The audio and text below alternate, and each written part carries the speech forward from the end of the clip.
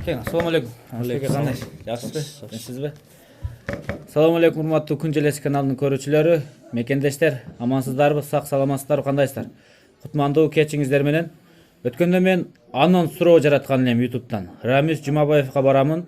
Буйруса сиздерге селекция тууралуу, же болбосо Рамис Жумабаев тууралуу мен сиздерге чыгарыл жасап берем дегем, бирок сиздер суроо жаратыңыздар дегемин. Мен мыкты суроолорду тандап алдым. Бүгүн досум менен кошо келдим. Досум бул жакта оператор болуп турат. Рамис байке бир чайханага алып келди. Кечки тамактандырды, курсак тойду. Аллага шүгүр. Сизге да рахмат. Алла разы болсун. Эми акырын суроолорго өтө берели. Негизи менден 3 суроо бар. Андан кийин бул жакта көрүүчүлөрдүн эң мыкты суроолорун тандап алдым. Суроо тандап алдым дегенде көпчүлүгү бул ветврачка тиешелүү суроо жазып коюптур да. А мен болсо мындай койду кароо стили, чарбачылыкка, селекцияга тиешелүү суроолор тандап алдым. Эми биринчи сурооду узатайын.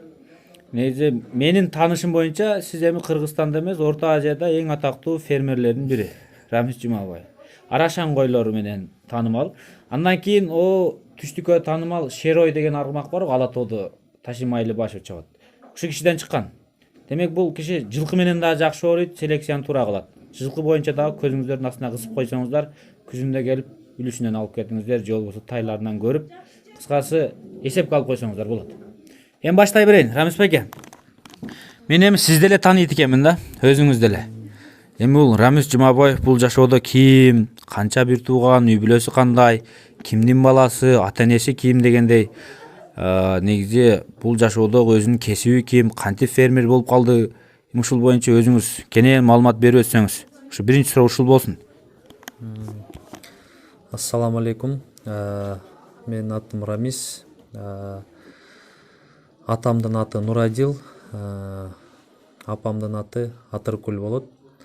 Атам Чүй областынын Жайлы районунун Жонарык деген айылынан болот.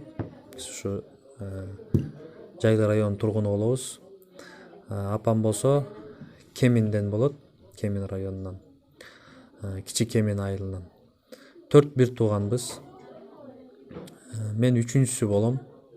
Бирок 2 байкем, анан 1 иним бар. Бирок ал байкелерим баары чет мамлекетте, бул жакта мен жалгыз ата энем менен да. Сиз эле фермер болдуңузбу? Ооба, мен эле фермер Бир болдум. туугандар болгусу келбейби, кандай? Жок, алар кызыкпайт да фермерге.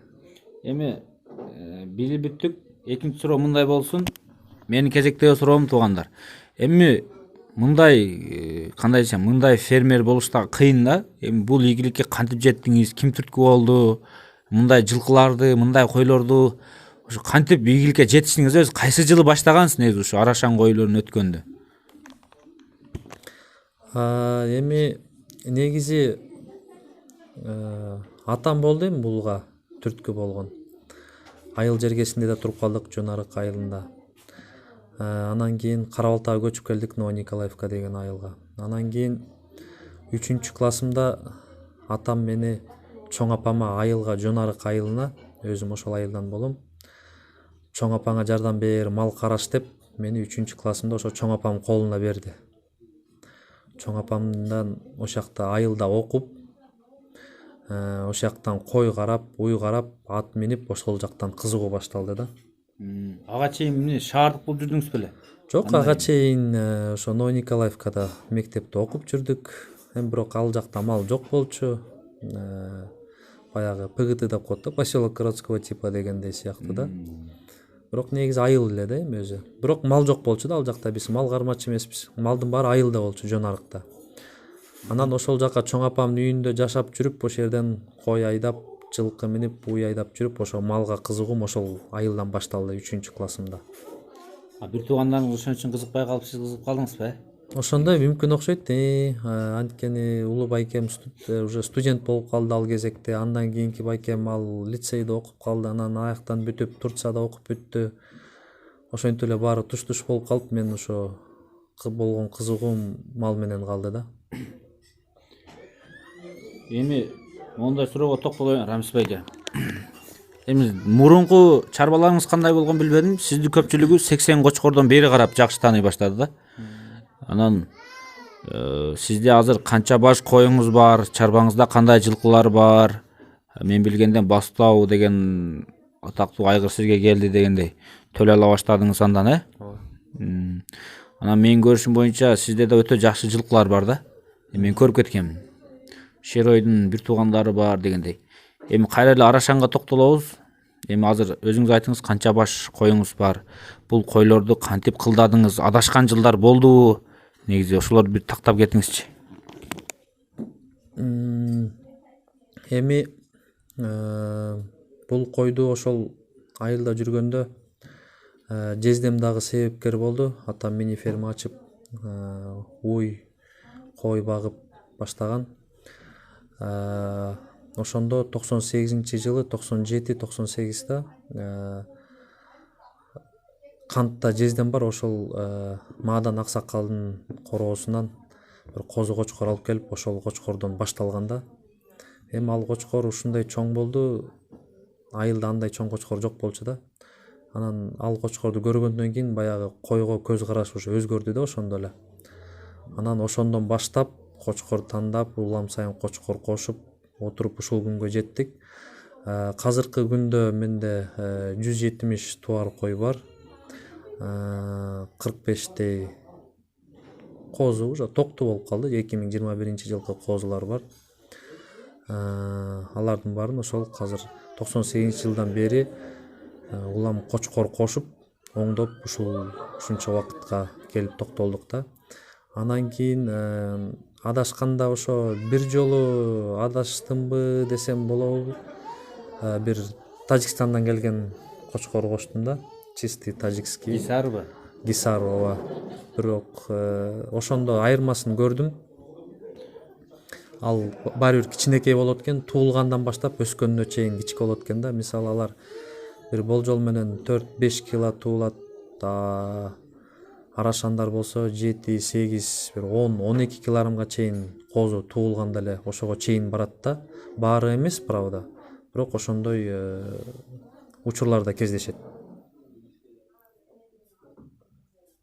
Анан ошондо кошуп дагы жакшы, аны баардык койго кошкон эмесмин. Мындай испытательный кылып кошуп, бирок баарын кайра жок кылдым да. Азыр ошо боюнча гисар токтоттуңуз, койбо. Ошондон кийин гисар кошкон жокмун. Буюрса бөлөк кошпойм да эми. Туугандар 30 секунддук тыныгуу. Азыр эле Рамис беке сүйлөдү. Тажикстандан келген таза гисар кочкорду койгондо мага жакпады, кичирээк туулду деп айырмасын айтты. А дегенде эле мен мындай суроо берейин сизге. Бул жерден Гүлбара Жакыпбекова деген биздин көрүүчүбүз мындай суроо узаттыр да.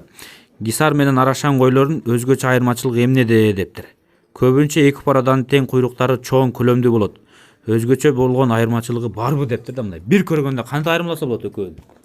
Эми бир көргөндө айырмачылыгы чоң, анткени Арашан бул сөзсүз түрдө гисардан чоң болот. Көлөмү менен кулактары узун болот.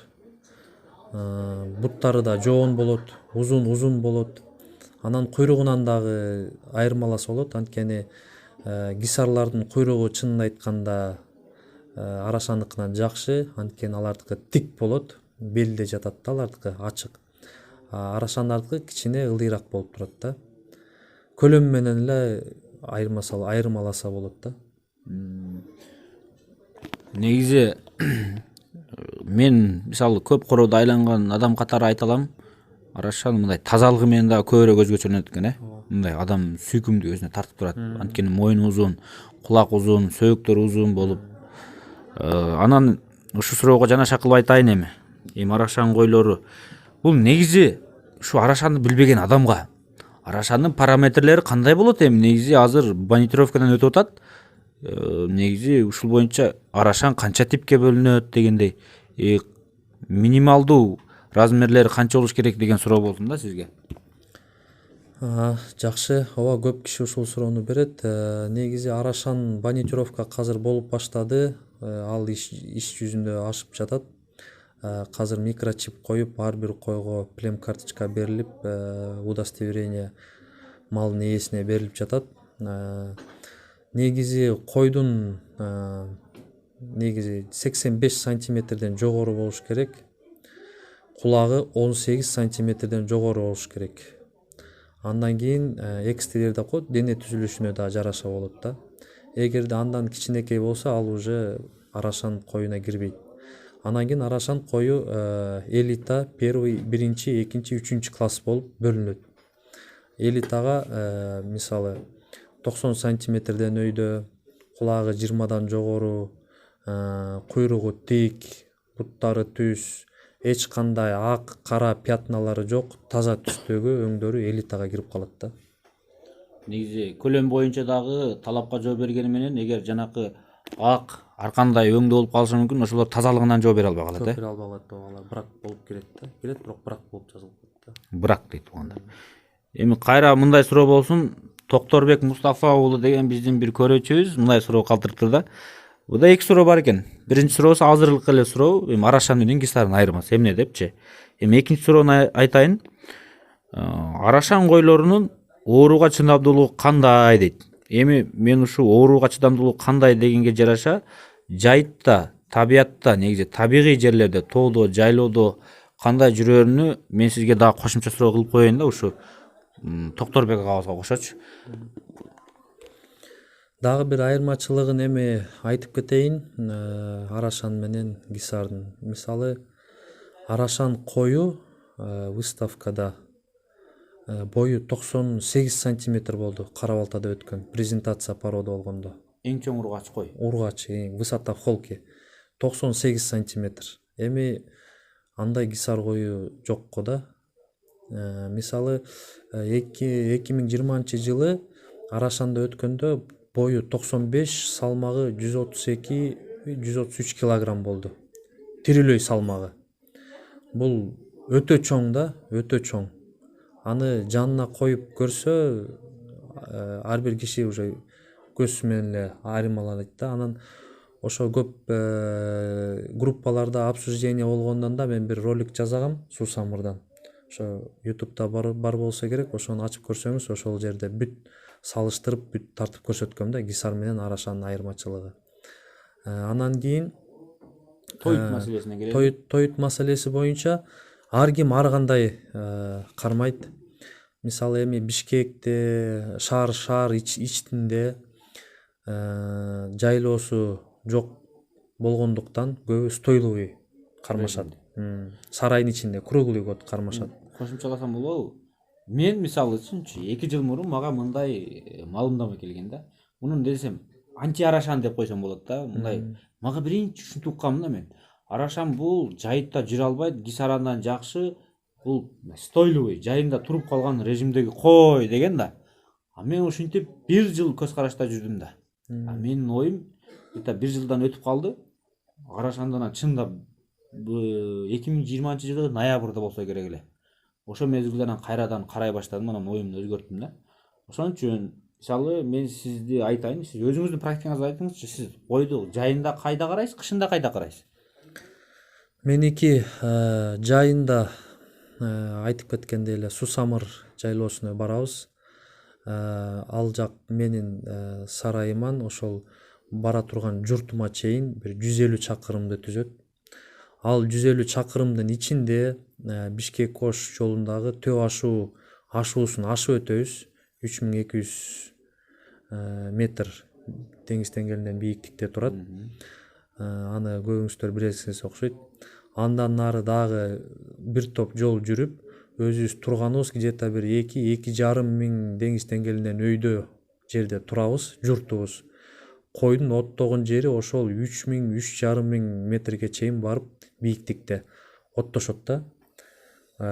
Меники жыл, круглый жыл талаада эле только кар жаап, калың кар жааганда гана эртең менен кечинде чөп чачылат. Атак жер ачык болсо, мисалы быйыл эшикте эле жүрдү. Быйылкы практикаңызды айтыңызчы. Быйылкы практика эшикте жүрдү. Бир ашып кетсе бир 3 жумада эле чөп чачылды, кар жааганда эле. Анткени койлор боз, козу салып койбосун деп эртең менен чыгып баратканда, кечине киришкенде чачып коебуз, болду. Атак круглый год жайытта. Жайыт менен эле чыгат. Стойловый жок. Азыр мынакей сакман жүрүп жатат, жаңы башталды, буюрса 10-11 күн болуп калды сакман башталганына. Азыр тууган койлор эле сарайдын ичинде, анткени козулар кичинекей. Калган туу электер алар эртең мененкисин чөп салам дагы аларга дагы айдап чыгабыз. Круглот жайылат в общем. негизи мындай билдик да арашан кою деле толук табият мындай табигый же болбосо мындай кандай десем жайында кармабай эле жөнөкөй койду кандай кармаса ошондой кармаса деле жүрө берет туурабы? Ооба, туура. Баардык шартка чыдайт. Туура баардык шартка чыдайт. Чыдамдуу, суукка, ысыкка чыдамдуу. Анан жана да суроо берип кетти эле, оору боюнча кандай деп.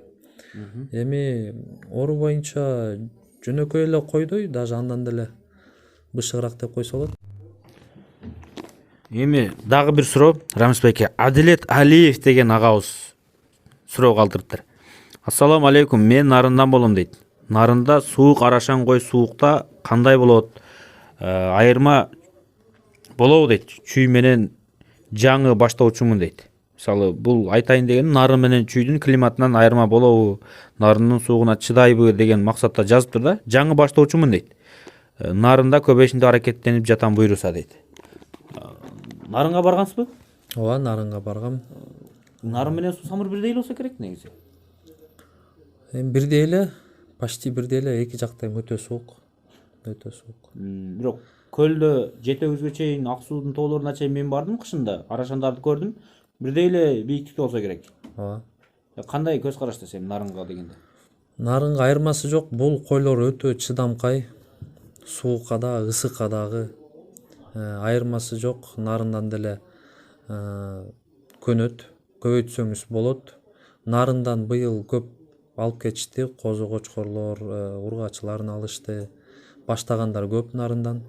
Мисалы, ошо Сейдакмат таксырыбыз бар, Дамбылабыз. Анан Урмат таксыр деген ошол нарынга алып кетишти. Ошол өткөн репортажда да айткам. Эгерде любопытно болсо, барып көргүңүз келсе, ушул эки бала менен байланышка чыгып, барып көрсөңүз болот. Бирок булар чыдайт. Анткени нарындан да суук, Россиянын да суугунда да кетип атат да. Биздин койлор чет мамлекетке көп экспортко чыккан. Ошол жакта алар Россиянын суугунда билесиздер. Ошол жакта суукта дагы жакшы көбөйтүп өстүрүп жатышат. Сизге Эсенгүү өлкөсү боюнча кетти, кочкорлоруңуз, койлоруңуз кетти. Россия, Украина, Казакстан. Арашан койлору боюнча эми жалпы сөз кылдык да. Рамис байке, менден бир өзүнчө суроо болсун арасында. Эми ушу койду көбөйтүүдө негизги ролду кой ойнойбу же кочкор ойнойбу негизги ролду? Негизги ролду кой ойнойт да. Анткени бул месосальный породага кирет. Арашан месосальный породада 80% носитель генетики эне жагында болот да. Бирок жакшы кочкор да керек. Жакшы кочкор жок, жакшы кой дагы жакшы козу ала албайсыңар да. Мен түшүнүгүм боюнча негизи ар ким өзүнүн малын билет. И малдын уровенин дагы билет. Мен көз карашым боюнча көп, мисалы, ийгиликтүү фермерлер арашан боюнча коюнун уровенин карап туруп, койдун уровенинен жогорку кочкорду коет экен көпчүлүгү. Ошону байкадым да. Эми кочкорго токтололу. Сиз практикаңыздан кантип тандайсыз? Бул жерде аты жөнү жазылбаптыр, эми фейк аккаунт окшойт. Бирок кандай болсо да көрүүчү. Кочкорду жакшы коозун берерин кантип билсе болот дейт. Сиз мисалы кочкор тандаганда кантип тандайсыз негизи? Эми кочкор тандаганда биринчи мен үчүн анын ата теги, энеси, атасы кайсы линиядан келген. Экинчиси дене түзүлүшү, кулактарын жатышы, куйругу, жиликтери ошолор болот да. Анан ошого жараша тандайбыз. Мисалы жөн эле базардан мисалы 1 метровый кочкор чыкса, аны алып кошсо андай болбойт да. Мисалы билбеген нерсени алып кошпойм мен, мисалы өзүм лично. А так негизи ата тегин каны болуш керек, линиясы болуш керек и өзү соответствующий болуш керек да. Мисалы боюнун, вес ал уже второстепенный болуп калат да. Биринчи кезекте генетикасы. Генетика. Мен үчүн биринчи кезекте генетикасын карайм. Анан дальше дене түзүлүшүн. Рамис байке, эми бул жерде бирөө дагы жазыптыр. Ага чейин мен кошумчалайын. Негизи сизге сунуш катары. Эми азыр 21-кылым өнүктү да. Эмненин ДНК-сын алса болот. Сиз мисалы 170 туар коюм болот дейсиз. Буюрса күзгө 200дөн ашык туар коюңуз болот экен токтуларыңыз менен кошо. 200дөн ашык. Эми бир адашсаңыз сиз деле аркага катуу кетет экенсиз, туурабы? Катуу кетесиз. Анан сизге сунушум да бир лаборатория менен сүйлөшүп, бир кочкораларда бирөөдөн сатып атканда кочкордун ДНКсын алып, канын текшерип, ошентип алып анан койсоңуз болобу негизи ушул көз карашка кандайсыз? Эми өнүккөн ооба бар. Эми андай биринчиден бизде андай лаборатория жок. Мисалы ДНКсын алып аныктай турган Кыргызстанда. Биринчиден, экинчиден эми анда эле кажети жокко. Селекционер бул уже көз менен көрүп эле уже аныкташ керек да. Мисалы ар бир линиянын өзү билбейм ким үчүн кандай, мисалы баягы көргөндө уже билинет да. Мисалы бул Тимур Байкеники болсо, бул Мадан Аксакалдыкы, бул дагы бир баланчаныкы, бул Аюптук уже билинип калат да. Ошого жараша эле коюлат да. Негизи анын кажети жокко деп ойлойм да. Эми кошумчалап кетейин. Ошо өзү негизи күчтүү кочкорлор көбүнчө өзүнө тартырат экен деп байкадым. Улучшатель кочкор жакшы да. Анан мен сиздин ушу күзүндө кара балта жамаатын көп айландым го менчи. Кай жакка барбайын, Ландрастын баласы дейт да. Мен Ландрас кочкорун көргөн эмесмин, бирок Ландрастын балдарын көрүп бир токтомго келдим да. Мындай сулуулук жактан алдына кочкор салбайт экен Ландрастын балдары. Мындай кандай десең, андан чоң, андан жоон коз кочкорлор бар, башка кочкорлордун балдарычы. Бирок мындай карасаң, сүйкүмдүү болуп, мындай красота чыгып турат да. Же Ландрас кочкору өзү ошондойбу? Ооба, Ландрас өзү дагы жакшы кочкор. Бирок ал кочкордун артынан да 3 жыл жүрүп картайганда алып калдым ал кочкорду. 3 жыл артынан жүргөм. Ооба, анын балдары узундугу, моюнун узуну менен, денесинин узундугу менен кулактар да жакшы берет. Ошол себептен кошком. Балдары мыкты да буюрса Ландрастын. Кезектеги суроо. Бул жакта алып берем. Кейжи Кыргыз деген катталчу экен. Бул дагы эми аты жөнү жок, фейк аккаунт десек болот. Бир кочкорду дейт. 30-40 баш койго канча жолу кошсо болот?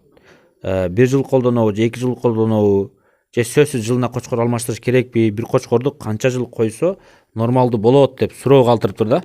Эми сиз өзүңүздүн практикаңызда бир кочкорду мен билиш боюнча көпчүлүгү 2 жыл.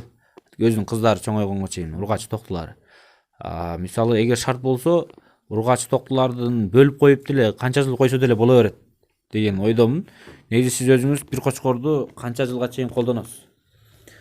Эми 30-40 кой болобу, 50-100 кой болобу, анын айырмасы жок. Эгерде кочкор жакшы коз берсе, аны картайганча, даже өлгөнчө кошо берсе болот. Бул жыл сайын которо берген, алар мисалы этке иштеген же жөнөкөй чарба койлор болсо алмашта берсе болот. Бирок селекция, ошон үчүн селекция, что мыкты козуларды берсе, ал кочкорду кармай берсе болот. Мисалы жылда ошол 30-40 койго кошуп, андан түшкөн кыстарына дагы бир кочкор алыш керек болуп калат да. Анан ага бөлөк кочкор кошуп, анын кыстарына дагы бөлөк кочкор кошуп. Рамис Беге, негизи бул жакта берген суроолор аяктап калды. Эң акыркы суроо Адилжан Алимжан уулу деген. Ассаламу алейкум жалпыга дейт. Рамис Байкенин козуларын ала алабызбы? Баасы канчадан канча миңден өйдө деп суроо калтырыптыр. Ушу Адилжан агабызчы. Негизи мен мисалы сиздер менен катталуучулардын ортосунда мен связь десе болот да. Көпчүлүгү мага чалат. Менден бир так суроо алгысы келет. Сен үчүн кимдин чарбасы мыкты, кимдики кымбат, кимдики арзан турат деп менден сурай берет да. Өзүңөр анализ кылгыла дейм. Анан Тимур же Тилек же сизди айтат, көп фермерлерди айтып көрөт. Анан алар кымбат сатса керек деп чочуп калат да. Ушуга кандай дейсиз? Негизи сиздин үйүңүз Новониколаевкада деп айттыңыз, үйүңүздү мен билем. Мен сиз жокто деле кирип чыгам, итиңиз менен достошуп алганмын дегендей. Мени көргөндө уже кубай эле койду. Ушул сизди кымбат деп ойлогондорго негизи орточо коз кочкордун баасы канча? Эми негизи ар бир козуга жараша сатылат. Көбү ошо ойлойт, мага да сен айткандай баары кымбат деп. Бирок андай эмес. Мисалы мен быйылкы сатканым бир 30 миңден өйдө болду да. 30 миңден 3 миң долларга чейин болду. 2021 жылкы козулардын баасы. Жалпы канча эркек козуңуз бар болчу? Жалпы 70 болчу да. 70тин 12си кымбат болду. Мисалы 12 баш. 2-3 миң доллардан где-то. 1,5-2-3 миң доллардан. Калган 60 башы 35 миң сомдон 1000 долларга чейин сатылды. То есть 40 миңдиги бар, 30 миңдиги бар, 35 миңдиги бар, 55, 60, 70 ар кандай өңү дагы, өңү түсүнө козуга жараша бардык баада бар да. Мисалы 1000 доллардан жогору деп көбү ойлошот экен, бирок тилекке каршы андай эмес. Сапатына жараша эле баалар баягы келишимдүү да. Негизи бул жакта катталуучулардын тандап алган суроолорун бүттү. Мен өзүм дагы кошумча суроолорду бере берейин. Мен эсимде группага сиз бир жолу бир сары кичинекей козуну таштагансыз. 25 миңби же 23 миң? 20 миң. Мен бир адам бар болчу. Сенде жөнөкөй койлоруң бар. Жөнөкөй койлоруңа койсоң, ушу өзгөртөт турчу. Алып кой күздө коесуң десем, 15ке берет экен деди да, сразучу 20 деп таштасаңызчы. Анан арзан берет ойлоду да.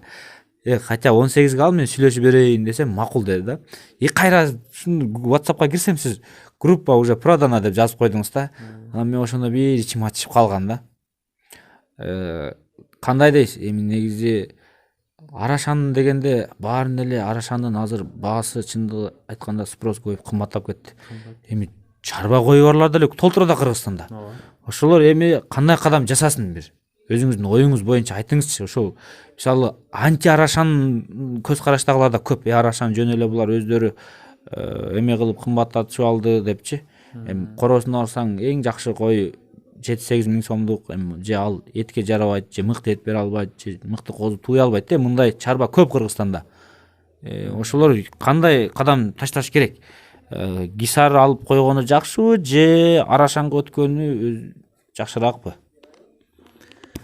Эми негизи аларга негизи бардык кыргыз бир туугандарга айтат элем, негизи ушул арашан кочкорлорунан алып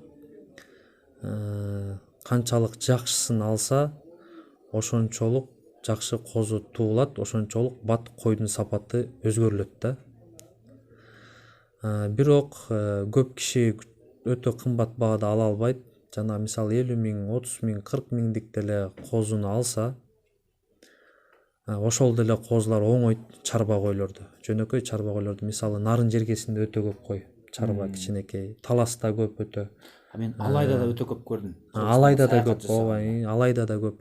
Мисалы ошолор козусун мисалы туулуп 1 жашка чейин аткорн кылып салса, ар бир башынан мисалы эт менен сатканда эле ар бир башынан бир 2-3 миң сомго чейин, может 5 миң сомго чейин айырмасы эт менен чыгып калат да. То есть ар бир баштан 2-3 миң сомдон утканда эле 10, 20, 30 баш болсо уже жакшы сумма чыгып калат да.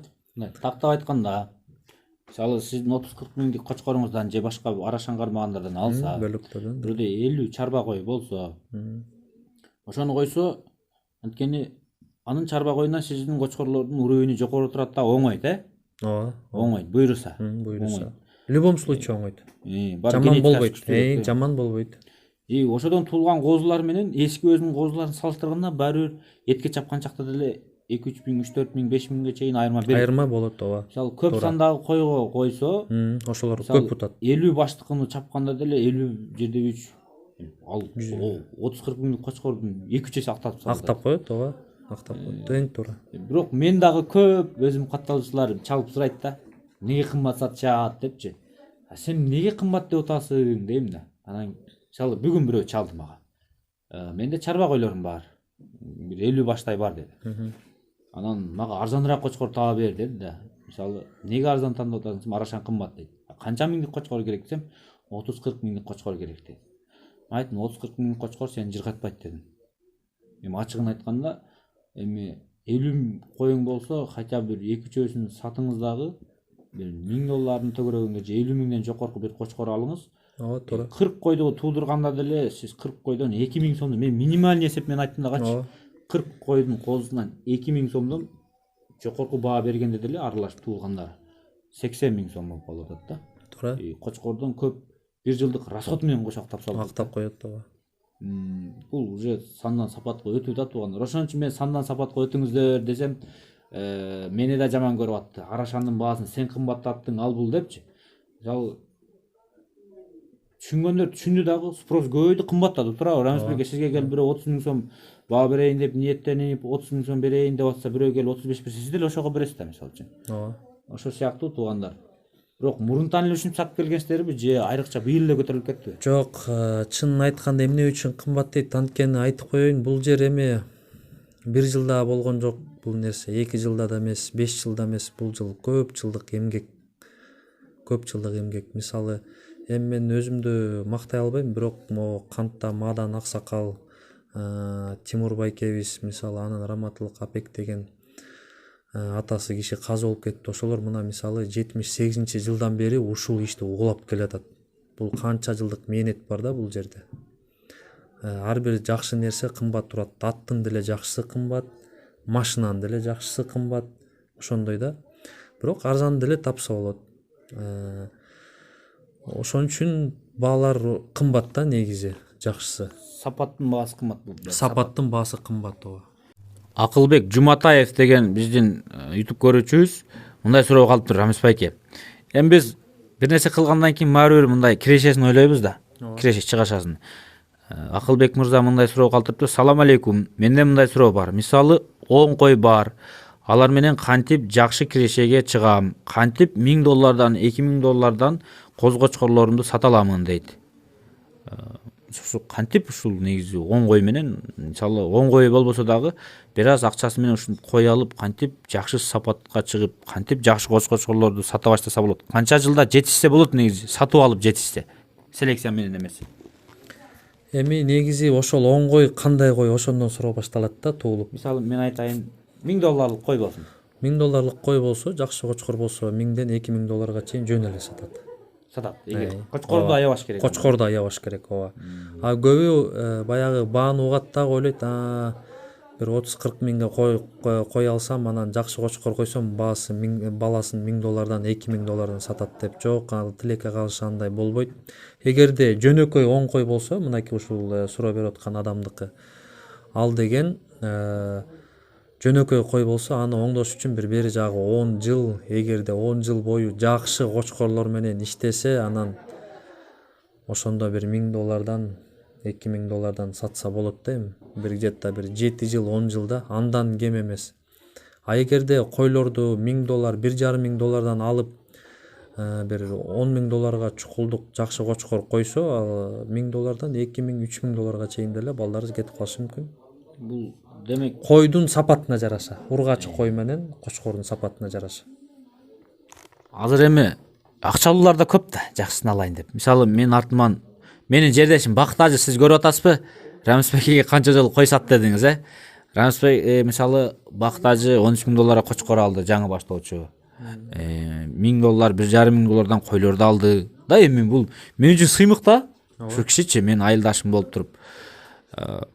Мисалы ошо кишини мен ойлоп атам, күздөн баштап жакшы эле кирешеге чыга баштайт го деп. Коңушумда. Эми карап турам да. Мисалы мен сизге жанакы эгиз тууган коюңузду сатыңыз деп айттым го. Ошо киши айтты, көз отурсак. Айт, любой акчасын берем деди. То есть койду сүйдү да. Эми ушул кишилер тезирээк жетишет деп ойлоп атам. Анан негизи бир атактуу фермер катары селекция менен эмес, жакшы койлор жийип отуруп, как бренд катары, фермер катары таанылган кимди айта аласыз Кыргызстанда? Сатып алып алган койлорду, Мисалы мындай, азыр эл арасында популярдуу Арашан боюнча. Бирок селекция кылган жок, бир убактарда сатып алып көбөйтүп, туура иштерди аткарып, туура селекция жасап, ошодон кийин тагыраак айтканда бренд болгон кийин кайсы фермерди айта аласыз дейм да? Ришат Габазов байкебизди айта алабыз. Сен да көргөнсүң. Көргөм. Мен бул кишини мен эми кантип алгандарын да укканмын, бирок ургачы койдун баасын көтөргөн адамдардын бирөөсү дешет. Ал дагы байкебиз жакшы кой, сапаттуу кой, жакшы кочкорлорду кошуп, сразу бренд болуп калды да, мисалы. Ошондой эле биздин Кара Балта жааматында да бар. Алтынбек, Абдусалам байкелер. Титаник. Титаник, статус эки кочкорду 20 000 доллардан 40 000 долларга эки кочкор алышты. Минимум 1 000 доллардан алышты, где-то 60-70 кой. Буюрса, булар сразу сатып баштайт да, ушул жаңы элеки суроонун ответи ушул байкелер да, мисалы. Рамис байке, сизге келерде мен досумду ушу Арашан коюнун көрсөтөйүн деп көрөлөк болчу да. По пути Петровкада токтоп Алтынбек байкеге алып кирдим. Титаник менен статусту көрсөттүм. Айттым да ушу киши койго 100 000 доллар сайган десем, о таң калды. Бирок 100 000 доллар дегенде 50-60 баш койду минимум 1000ден алганда 60 000 доллар. Эки кочкор 40 000 долларга турган. 100 000 болуп Анан Алтынбек байкеге акырын келдим. Алтынбек байке статус азыр ооруп атат. Статус азыр айыкпай калса, өзүн актайбы дедим да. 30дан ашык койду качырган, азыр данный момент 30 колусу бар, 1000 доллардан бербей жатам деди. Ооба. 20 плюс 10, 30 000 доллар расход менен кошо актап турабы? Ооба. Анан дагы Данияр деген досум бар. Буюрса ал дагы жакшы койлорду алган. Аны ошо Ришат байкеден алган, ал да 1000 доллардан, грубо 950 доллардан болду эле, 1000 долларда. Ал дагы жакшы кочкор алды. Буюрса ал бала дагы келечекте көрсөтөт. Буюрса уже материал жакшы. Ушу сатып алып баштаган ушул балдар сен айткандай акчаны аябай жакшы баштаган кишилер да. Алтынбек байке өзүрүнү күздө көрөк көрөт окшойт э.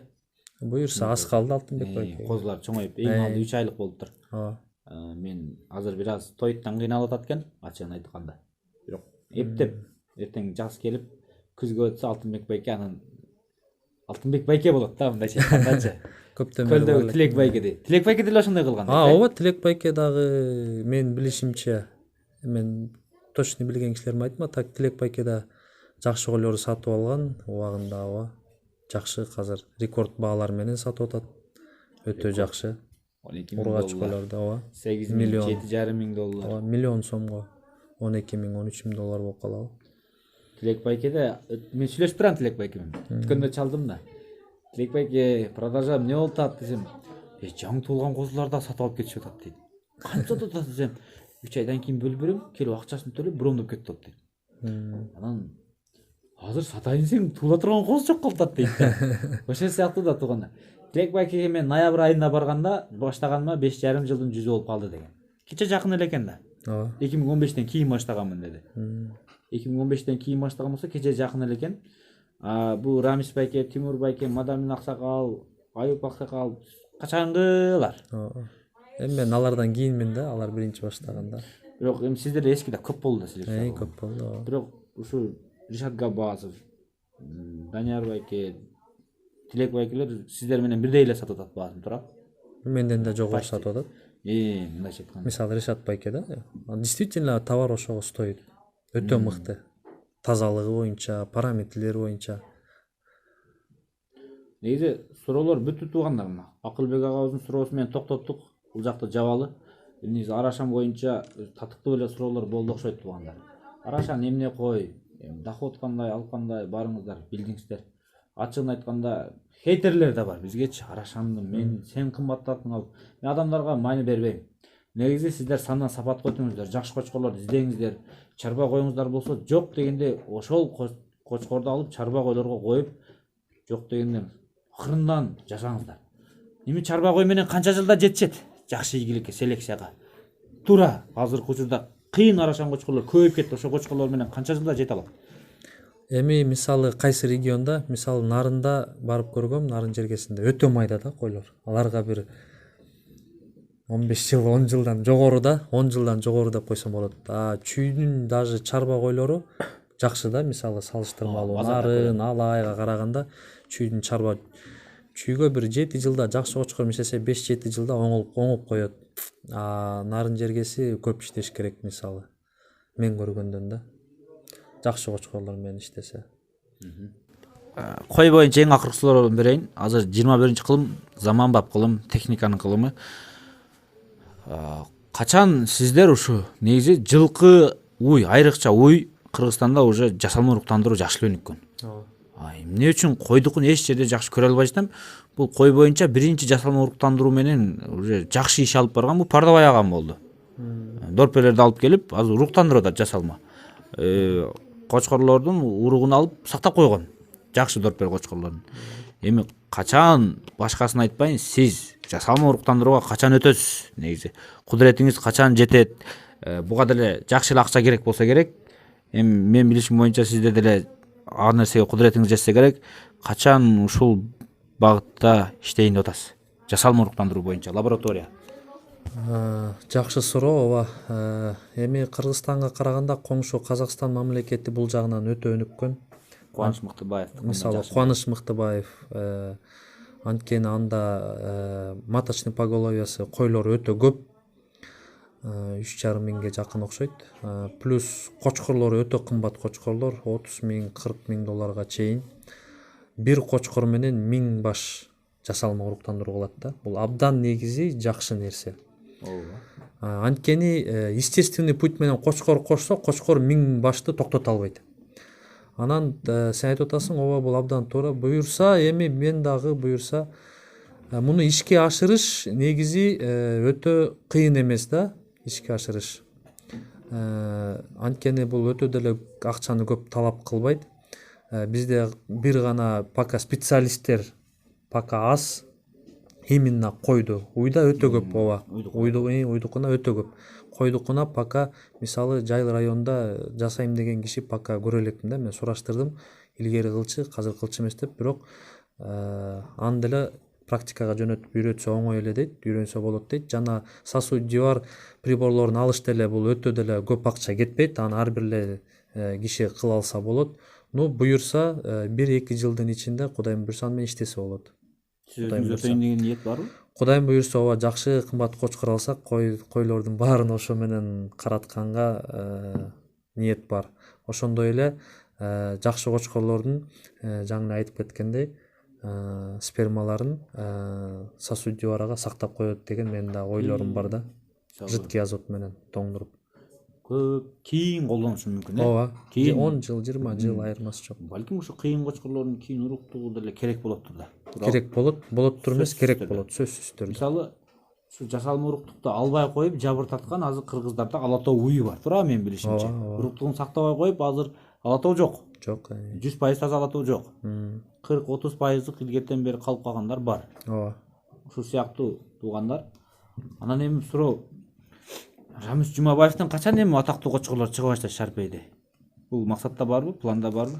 Эми планда бар, Шарпейди кошсок чыгат. Аны ал Шарпейдин кочкору, Николайдын кочкору, Николай Байкенин рекламасы кетип калат да. Ал айырмасы жок, ал кимдики кетет?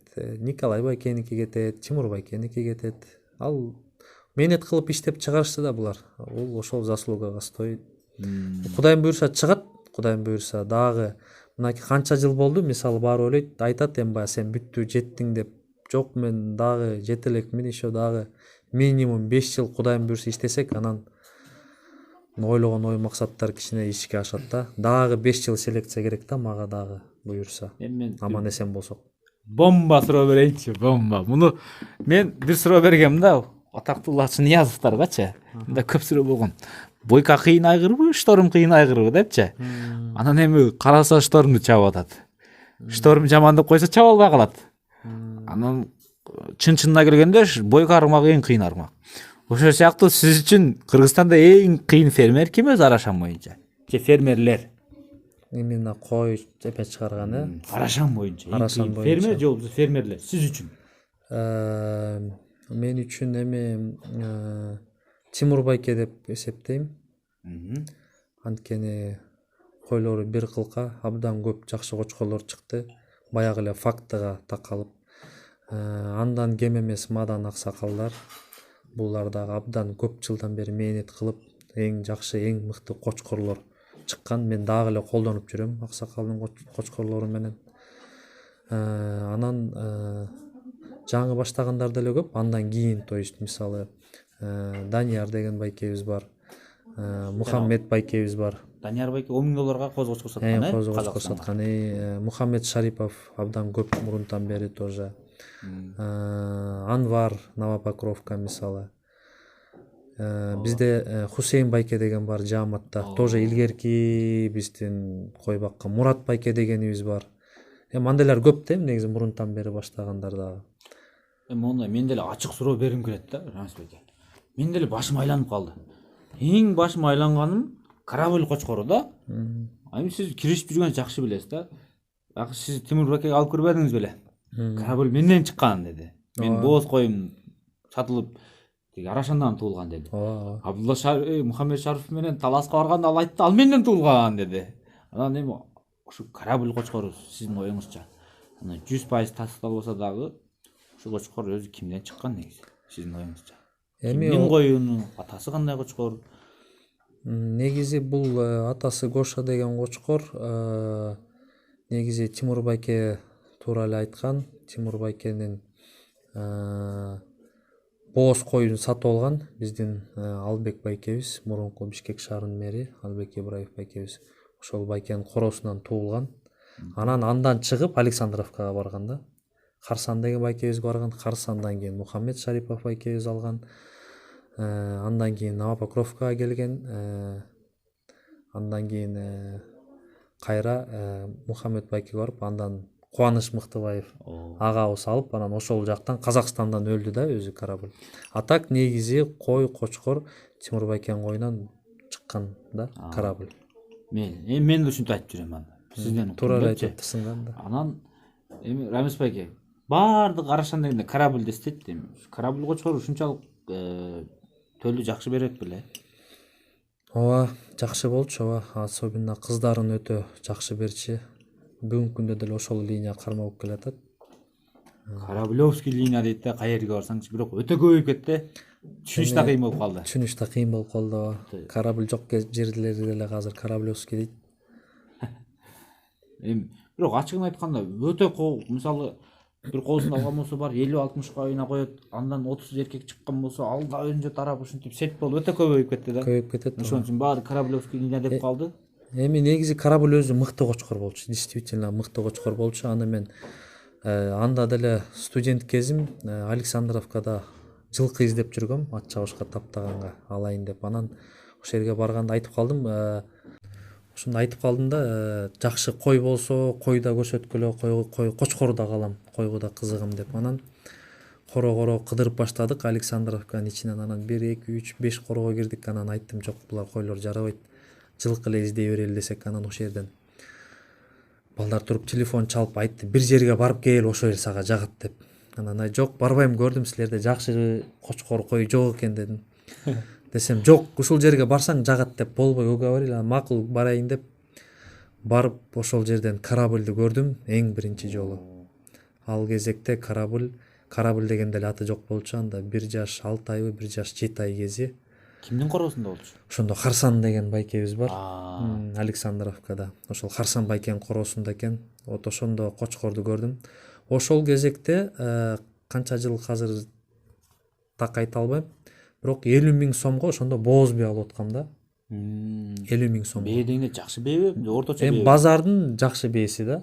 Эң алдыңкы бээ. Эң алдыңкы эмес, выше среднего. 50 000 алып аткам ошол кезекте.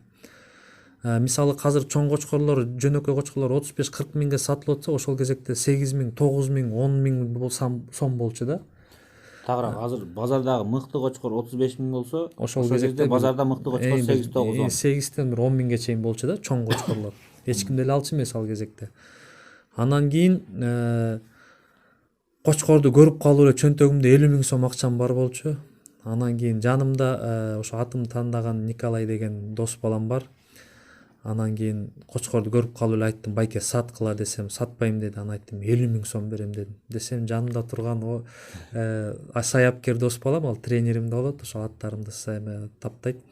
Ал чыканагы менен ичке урду да, сен келесиңби 50 000ге кочкор алып, жок дегенде 20 000 дебейсиңби депчи. Айттым, жок, могу кочкорду берсе, не жалко 50 000 алам десем, беттигил байке айтты, 100 000 сомго бербеген жокмун деди да. 100 000 сом азыр уже чоң акча эмес, бирок ал кезекте 100 000 сом өтө чоң акча болчу.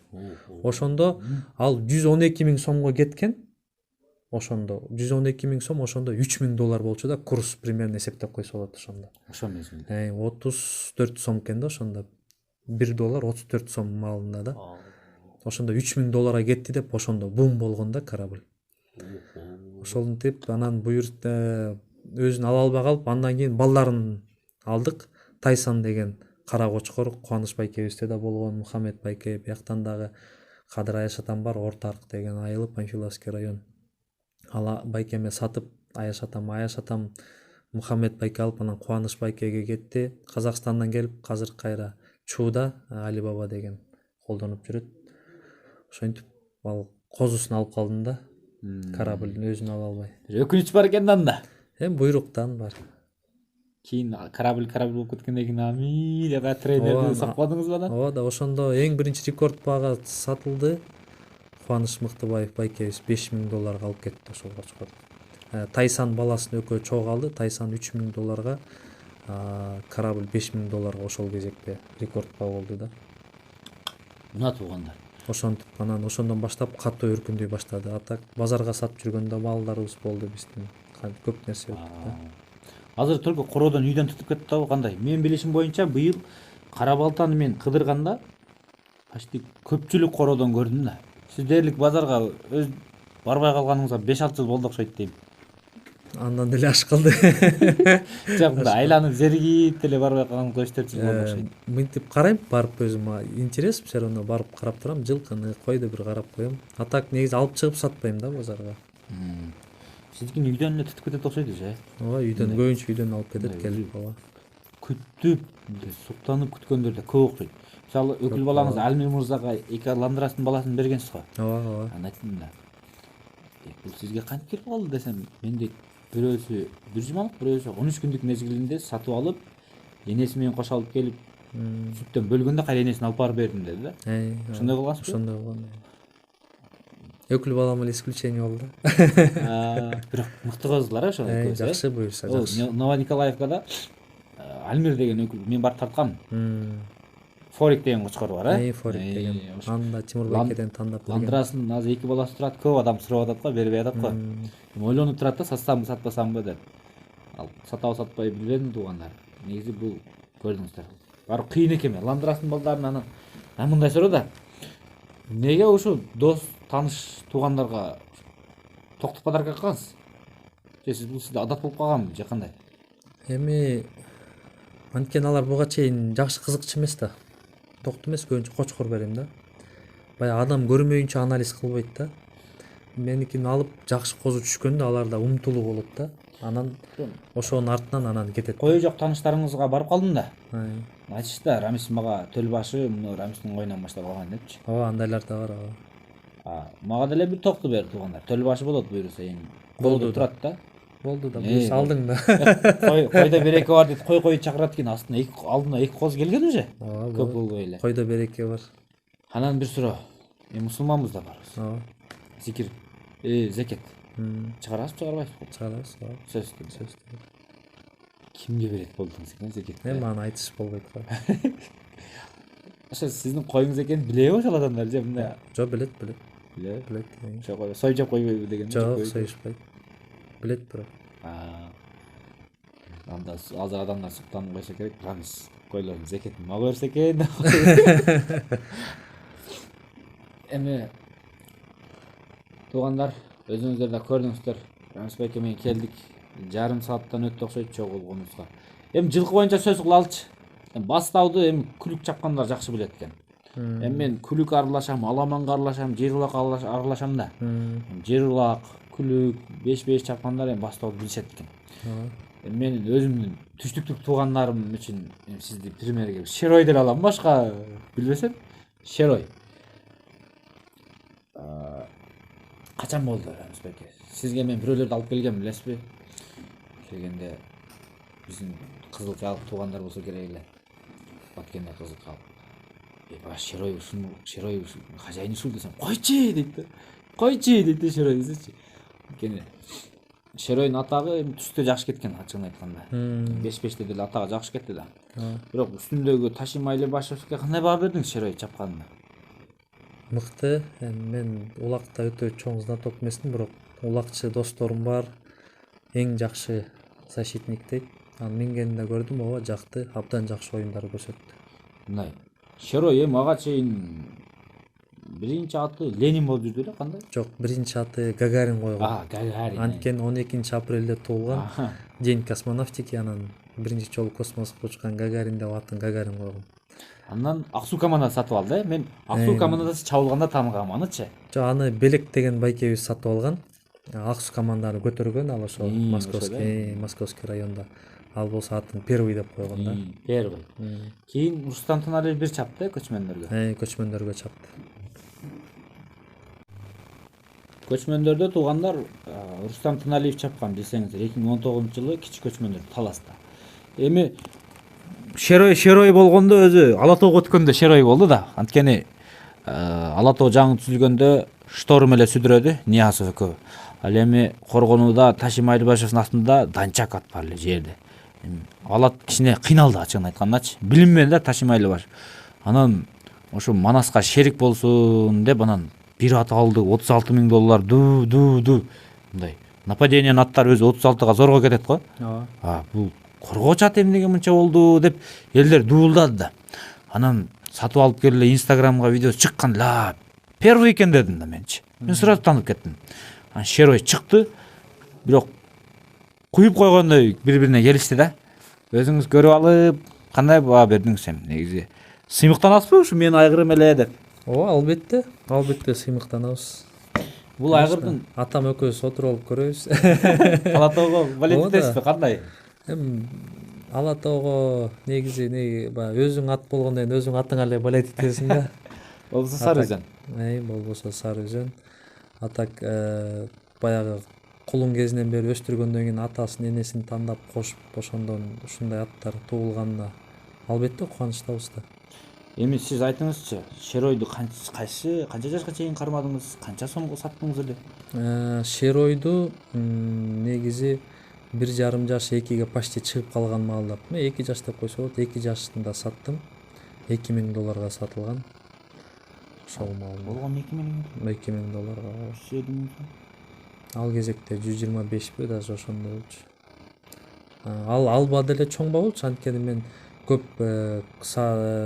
мисалы чүйдүн командаларын айтсам алар жактырбай коюшкан да. Шеройду. Бирок ошондо эле өтө чоң болчу. Билгем буюрса чоң келечеги чоң болорун, бирок ошо баягы сатышка туура келип калып сатып ошо Белек байкебизге эле алып кетти. Шеройдун канында эмне бар эми? Ата теги кандай? Шеройдун энесин мен Панфиловка районунан сатып алгам. Өтө чоң бээ болчу. Ал колхоздун илгерки Крупский кандарынан деп айтышкан мага. Бирок действительно чоң, өтө көлөмдүү бээ болчу. Ал эми атасы Россиядан келген таза кандуу английский жылкысы. Аты гениальный болчу, Гаспар деп койчу кличкасын. Аны мен өзүм Казакстандан алып келгем ал айгырды. Өзү ал дагы атасы дагы чоң жылкы болчу. Чоң менен чоң кошулуп буюрса андан да чоң туулду да. Мен Шеройдун бир туугандарын көрдүм го, YouTube'да деле бар. Ооба. Өтө чоң байталдар, Кунан байтал, Бышты байтал, бирөөсү чоң бээ. Айрыкча Кунан байтал менен Бышты байталды мен ооруп туруп эле сразу айткам, Рамысбекке, эркек туса мага бересизби деп, Рамысбекке ошодон бери башын оорутам да. Анткени туугандар бул кандай десем, Шеройдун ушу бир туугандарын мындай карасаң 5-5ке деле чуркай тургандай, жер улакка деле кете тургандай, анын чоңдугунан карасаң торпок улакка да кетип кала тургандай түрү бар экен да. Шерой деле өзү ошондой да. Ооба. Бул анткени таза канды кошулганда мында скорость да бар.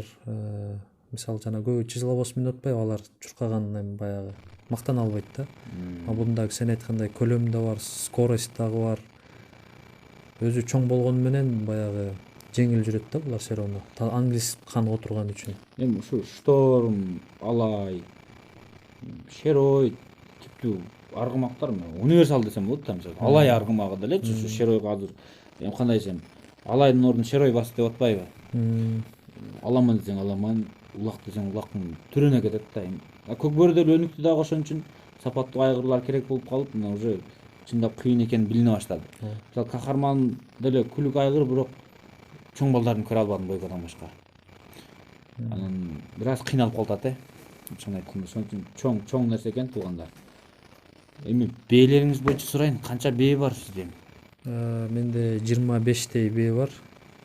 25 бээ бар. Байтал баары кошулуп. Кандай типтүү бээлер? Бүт эле таза кандуу, доморощенный, импортныйлар бар арасында. жалаң тандалган бээлер гана калган.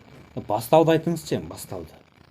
Эми бастау мен өзүм аны дагы жаңы келген жылы Керим байке конюшнясынан көргөм, Өмүралиевдин. Ошондо ал бир 5 жаш беле ушундай жаш болчу. Өзүм көрүп кыялданып койгом да, мага ушундай айгыр келсе жетет эле деп. Абдан жаккан. Анан буюрса ошол ишке ашып мурдагы жылы сатып алдым. Өзү абдан мыкты айгыр, бул өзү Ирландияда туулган. Иван Денисович деген айгырдын менен Кюри Экспресс деген бээнин ортосунан чыккан. Польшада чабылып утуп жүргөн ат. Андан кийин Казакстанга келип чабылышып уткан. Андан ошо Казакстандан $60,000 сатылынган убагында бастабы. Андан Россияга барып, Россиядан дагы утуп келген. Балдар дагы буюрса абдан мыкты чыгып атат. Сизде азыр быйыл 2021 туулган төлө ошонун балдары, Ооба, 2021 ооба 100% бастабы. Бирок эркек жок болуп калды окшойт, Жалгыз эркекте бирөө эле. Аны да бербейм дедиңиз. Эми акыркы суроо туугандар. Рамиз Жумабаев негизги кирешени кайдан табат? Жылкыданбы, койдонбу? Кой да. Кой? Ооба. Жылкыдан кандай кирешет сизге?